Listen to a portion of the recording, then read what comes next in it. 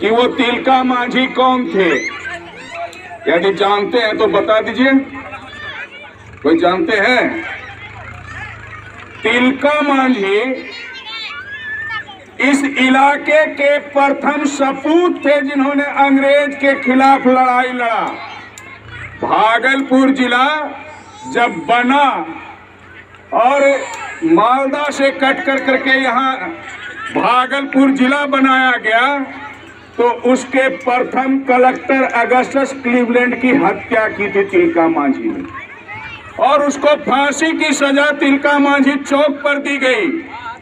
तिलका मांझी लड़ किस लिए रहे थे? तिलका मांझी लड़ रहे थे, जमीन बचाने की लड़ाई लड़ रहे थे। अंग्रेजों ने उसी समय जमींदारी प्रथा की नींव डालना शुरू कर दी थी, उसके खिलाफ तिलका मांझी लड़ रहे थे। सिद्धो कान्हू भी, वो भी जमीन बचाने के लिए, देश बचाने के लिए लड़ रहे थे। और ये किसान जागरण यात्रा वहां से इसलिए निकाली गई कि दिल्ली में किसान देश बचाने के लिए, लोकतंत्र बचाने के लिए, खेती बचाने के लिए, नौजवानों का रोजगार बचाने के लिए, छात्रों की शिक्षा बचाने के लिए दिल्ली में किसान आंदोलन कर रहे हैं। ये आंदोलन सिर्फ किसानों का नहीं है, ये आंदोलन देश के तमाम लोगों का है, और ये आजादी की एक तरह से दूसरी लड़ाई है। उस लड़ाई को बदनाम करने के लिए बहुत तरह के हथकंडे अपनाए गए। कभी कहा पाकिस्तानी है, कभी कहा चीनी है, कभी कहा खालिस्तानी है, कभी कहा नक्सली है, लेकिन एक एक कर सारा आरोप स्वयं खत्म होता चला गया। वो तमाम आंदोलनकारी इस देश के देशभक्त हैं जो आज अपनी खेती बचाने के लिए लगे हुए हैं। वो अपनी खेती बचाने के लिए लगे हुए हैं। जो नौजवान सोचते हैं कि हमको इस किसान आंदोलन से क्या मतलब, अरे मतलब है, मतलब इस रूप में है कि रोजगार के तमाम अवसर घट गए। सरकार का आंकड़ा कहता है कि एक परिवार में लगभग 5 सदस्य खेती का काम करता है। उनको रोजगार के कोई अवसर नहीं है। रेल बिक गया, BSNL बिक गया, तमाम सरकारी क्षेत्र के उद्यम बिक गए, और अब जो सरकारी क्षेत्र के उद्यम बिक गए, वहां जो सरकारी नौकरी के लिए आवेदन दीजिएगा उसका वैकेंसी बंद हो गया। परेशान किया जा रहा है नौजवानों को। अब खेत चला जाएगा तो वो नौजवानों को खाने के लिए भोजन कहां से मिलेगा?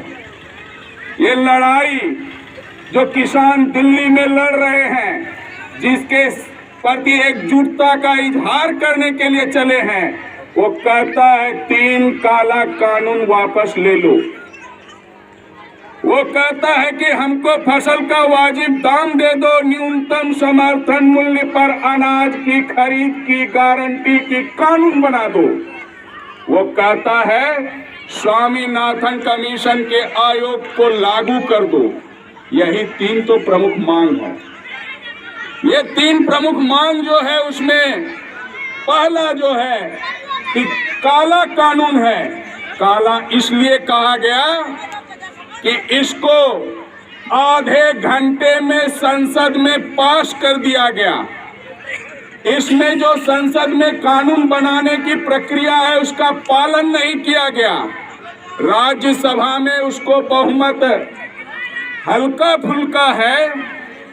NDA में शामिल कई दल इसका विरोध करते हैं, तो इसको पास करवाने के लिए कुछ सांसद को संसद के उस दिन के कार्यवाही से अलग कर दिया और ताली बजवा करके पास करवा दिया। यानी कोई बहस नहीं हुआ, एकाएक लाया और पास कर दिया। आपको याद है कि भूमि अधिग्रहण कानून के लिए 3 बार नरेंद्र मोदी को पहली बार जो सत्ता में थे 3 बार कानून लाना पड़ा। लेकिन एक बार भी पास नहीं हुआ क्योंकि राज्यसभा उसको पारित नहीं होने दी। इस बार वो तमाम अलोकतांत्रिक प्रक्रिया को अपना करके कानून पास करवा लिया। ये लोकतंत्र के विरोधी हैं। ये 3 काला कानून में एक कानून है आवश्यक वस्तु अधिनियम में संशोधन का कानून। ये आवश्यक वस्तु क्या है? आवश्यक वस्तु है दाल है, चावल है, आलू है, तेल है, गेहूं है, लगाने वाला साबुन है, यानी जिससे लोगों को रोज बरोज का जरूरत का काम पड़ता है वही आवश्यक वस्तु है। उसमें संशोधन कर दिया। वो कानून इसलिए बना था कि आपको याद है कि कंट्रोल में भी खुद्दी बढ़ता था, बढ़ता था ना पहले शुरुआत के दौर में। क्यों? क्योंकि भूखमरी इस कदर थी कि इसको दूर करने के लिए सरकार निजी दुकान संभव नहीं था, इसलिए जन वितरण प्रणाली के माध्यम से अनाज नहीं था तो खुद्दी भी बंटवा दिया। और ये कानून कहता है कि अब कोई आदमी कितनो अनाज जमा कर ले इस पर कोई पाबंदी नहीं होगी। जिस दिन इस कानून में संशोधन हुआ उसी दिन आलू का कीमत 50 रुपया यहाँ हो गया। क्यों हो गया? क्योंकि अडानी और अंबानी को अनाज जमा करने का अधिकार दे दिया उसमें, यानी सारा देश वही दोनों के हित के लिए काम कर रही है। नरेंद्र मोदी देश का हित एक बगल, अडानी और अंबानी का हित एक बगल। देश बिक जाए लेकिन अडानी और अंबानी को नुकसान नहीं हो, यही नरेंद्र मोदी चाहता है। उसके बड़े बड़े गोदाम पहले बनवा दिए। अब वो करेगा क्या? करेगा यह कि जब आपके यहाँ गेहूं का समय आएगा, गेहूं सस्ते दाम में खरीद लेगा और बाजार में नकली अभाव पैदा करके फिर उसी गेहूं को महंगे दाम में आपको बेचेगा, यानी महंगाई उससे बढ़ेगी। जमाखोरी जो एक अपराध था कि कोई इतना अनाज से ज्यादा जमा नहीं रख सकता, बाजार में अभाव पैदा नहीं कर सकता, उसको अभाव पैदा करने के लिए यानी अब कितनो जमा कर ले कोई दिक्कत नहीं है, बाजार में भेजे या ना भेजे। तो यह जमाखोरी का अकूत अधिकार अडानी और अंबानी को दे दिया। दूसरा कहा कि अब खेती जो है आप लोग करते हैं नहीं करिएगा, ये कारपोरेट कंपनियां अब खेती करेगी। तो वो कारपोरेट कंपनी जब खेती करेगी, कारपोरेट मतलब क्या? अडानी और अंबानी, टाटा, ऐसे जो बड़े बड़े पूंजीपति हैं वो तमाम लोग, उन लोगों को जमीन समझौता के आधार पर, उसको कहते हैं कॉन्ट्रैक्ट के आधार पर लेने का अनुमति दे दिया। आप कहिएगा हम जमीन नहीं देंगे, नरेंद्र मोदी कहता है जमीन का मालिक वो नहीं ना हो जाएगा, लेकिन आपका 1 कट्ठा जमीन तो वो नहीं ना लेगा, कहेगा सब और मौजा में जितना जमीन है सब हम लेंगे। सरकार उसके साथ खड़ी हो जाएगी, आपको मजबूरन दस्तखत करवा लेगा और जमीन ले लेगा। तो जमीन लेगा किसानों का समझौता पर 5 बरस, 10 बरस, 20 बरस के लिए, और वो कहेगा कि फलाना फसल ही उपजा लो और उससे ज्यादा फसल भी नहीं उपजाना है, हमको गेहूं चाहिए, गेहूं आपको लगाना है, आप गेहूं उपजा करके दे दिए। अब मन हुआ कि अब अलवा लगा ले, साल भर घर में खाएंगे, तो बिना उसके अनुमति के आप आलू भी नहीं लगा सकते, यानी अलवा उपजाने पर भी आफत हो जाएगा। कॉन्ट्रैक्ट में ले लेगा तो ले लेगा किसानों का जमीन, लेकिन नुकसान किसको होगा कि किसान के यहाँ काम करने वाले जितना खेतीहर मजदूर है वो सीधे सीधी रोजगार से हाथ धो लेगा, और जो किसान है वो कारपोरेट का नौकर हो जाएगा। तो वो नौकर हो जाएगा, अपने मनमर्जी से फसल नहीं लगा सकता है और अपने मनमर्जी से कोनो फसल नहीं लगा सकता है। गेहूं भी मांगेगा ना तो गेहूं में वैरायटी है, कहेगा फलने वैरायटी का लगा लीजिए, आप लगा लिए। यदि बीज वाले कंपनी से आपका समझौता नहीं हुआ है और उसको पता चल गया कि रजंदीपुर में फलना कंपनी का बीज का बुआई हुआ है, तो वो दावा ठोक देगा किसान पर कि हमको इतना का नुकसान हुआ, इतना हमको दे दीजिए। तो ये किसान के लिए जो कानून लाया है, तो जमीन हड़पना एक बात, दूसरी बात ये हो गई कि उसके मनमर्जी के हिसाब से फसल लगाइए, उसकी गुलामी कीजिए। तीसरी बात ये हो गई कि उसमें जितना परिवार के लोग लगे थे वो सारे लोग बेरोजगार हो गए। इस प्रकार यह कानून बड़ा खतरनाक है। मोदी जी पार्लियामेंट में बोले, भाषण दिए, लेकिन किसान के बारे में हल्ला काम किया, चिल्ला काम किया, सब कुछ बता दिया, लेकिन यह कानून कितना खतरनाक है, जितना सवाल पार्लियामेंट में उठाया गया उसका एक भी जवाब मोदी जी ने नहीं दिया।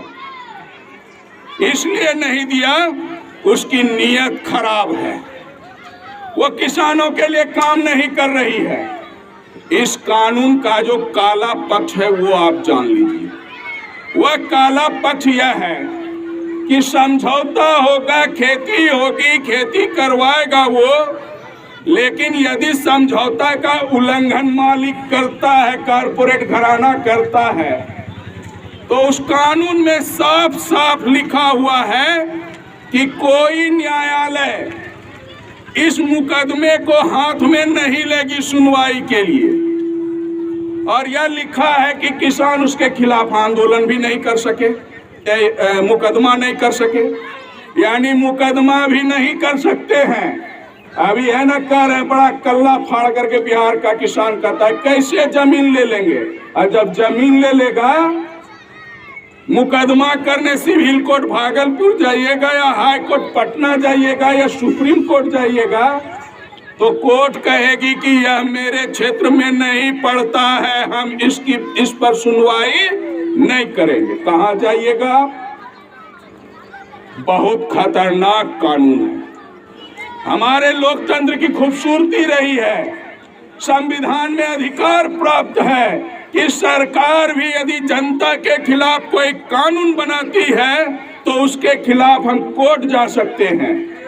लेकिन यह कैसा कानून है जिसके खिलाफ किसानों की जमीन भी चली जाए, किसानों को नुकसान भी हो जाए और किसान कोर्ट भी नहीं जा पाए।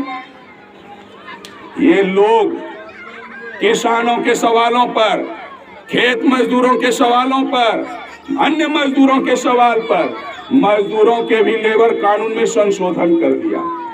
अब धड़ल्ले से 8 घंटे के बजाय 12 घंटा काम लेना शुरू कर दिया। अब उसके खिलाफ भी आप कहीं नहीं जा पा रहे हैं। तो ये देश बचाने के लिए वहां लोग लड़ रहे हैं, उसको बदनाम करने की ही साजिश करते हैं। इस किसान यात्रा का स्वागत करते हुए आपसे हम अपील करने के लिए आए हैं कि इस दिल्ली के बॉर्डर पर लड़ रहे किसानों के प्रति एकजुटता का इजहार कीजिए और अपनी जमीन बचाने के लिए, देश बचाने के लिए उठ खड़ा होइए। यदि झुक गए, अभी तक किसान झुका नहीं है, यदि झुक गए, चुक गए, तो सदा के लिए आप अपने जमीन और रोजगार से बेदखल हो जाइएगा। इसलिए ये देश बचाने की, खेती बचाने की लड़ाई है। इस लड़ाई में अपना योगदान दीजिए। जो भी आह्वान आता है उस आह्वान में शामिल होइए। देश के सीमा पर किसान का बेटा मर रहा है, खेत में किसान मर रहा है। जो किसान मारे गए, जो सीमा पर मारे गए, उनके प्रति भी शहादत को सलाम करते हुए अपनी बात को समाप्त करते हैं। बहुत बहुत धन्यवाद। Subscribe to our YouTube channel and press the bell icon to get the latest updates.